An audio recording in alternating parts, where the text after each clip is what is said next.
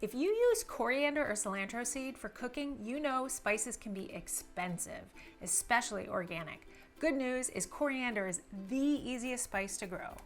So today, I'm going to show you how I quickly harvest coriander from my garden, how to know when it's ready, plus some tips on drying, storing, and using, as well as all the items I use, which I'll list in the description below.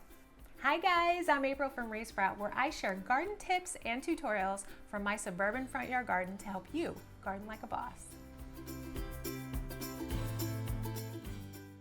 First off, if you're not familiar with coriander, you might be surprised to know that coriander is the seed form of the cilantro plant, king of salsa recipes everywhere.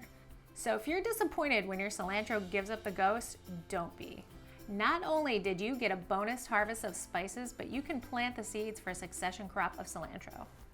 Coriander is also called Chinese parsley, cilantro seed, or dhania.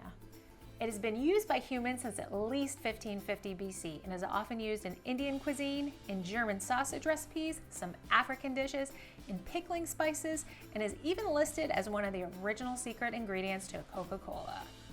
Who would have thought? What's your favorite coriander recipe? Let me know in the comments. Cilantro starts off as a small plant, gets huge, up to 2 feet, blooms with these beautiful pollinator-attracting white flowers, and then sets seed. This usually happens around the 120-day mark, or 4 months after you've planted the initial seed. The immature seeds are initially lime green, bitter tasting to many, and not mature enough to plant. You'll know they're ready to harvest when they turn from green to pink and eventually to brown. If you don't harvest the seeds, it'll eventually fall to the ground and grow into more cilantro. This is what they mean when they say a self-seeding crop.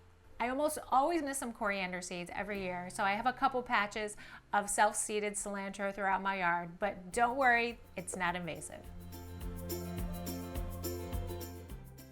If it's almost winter, feel free to leave the dead plant in the yard. By not cleaning up the garden in the fall, you're offering a habitat for overwintering pollinators like bees and butterflies and pest-eating ladybugs and birds. The best way to harvest the coriander in this situation is to gently rub the seeds between your fingers until they come off the plant. Make sure you have a large container underneath to catch the seeds. If you need to remove the plant, say if you're planting a new crop of cilantro, you can pull the entire plant up by the root. You'll be able to go a little faster since you can put the whole plant over the bowl.